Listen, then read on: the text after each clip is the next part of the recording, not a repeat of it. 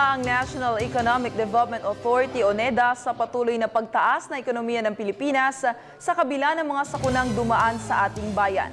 Sa pagpasok pa lang ng third quarter ng taong 2013, inaasahan ang 7% pagtaas ng economic growth sa bansa. Para sa detalye, magbabalik si Jackie San.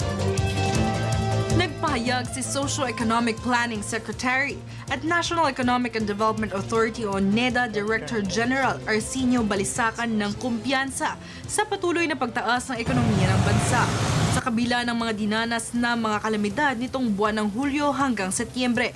Ayon sa kanya, tinatayang 7% ang itataas ng economic rate sa kabila ng pinsalang iniwan ng mga kalamidad na nagdaan nitong third quarter. Kinonsidera na rin ng NEDA Director General ang epekto ng US federal government shutdown sa stock market at global interest rates sa financial sector.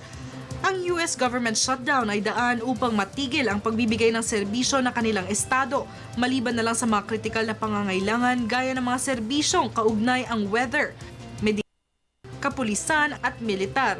Ayon pa sa kanya, naghahanda na ang Pilipinas sa mga pagbabagong dala ng mga financial players bago pa ito tumama sa bansa dahil naisarado na ang mga kasunduan sa trade at financial system bago pa ang US shutdown. Pinag-aaralan naman ng NEDA Director General ang epekto ng US shutdown kung ito ay napatagal sa tinatansyang oras na magiging sanhi ng pagbagal ng military deployment sa bansa at pagbagal ng mga Philippine exports. Para sa Telebisyon ng Bayan, Jackie Say.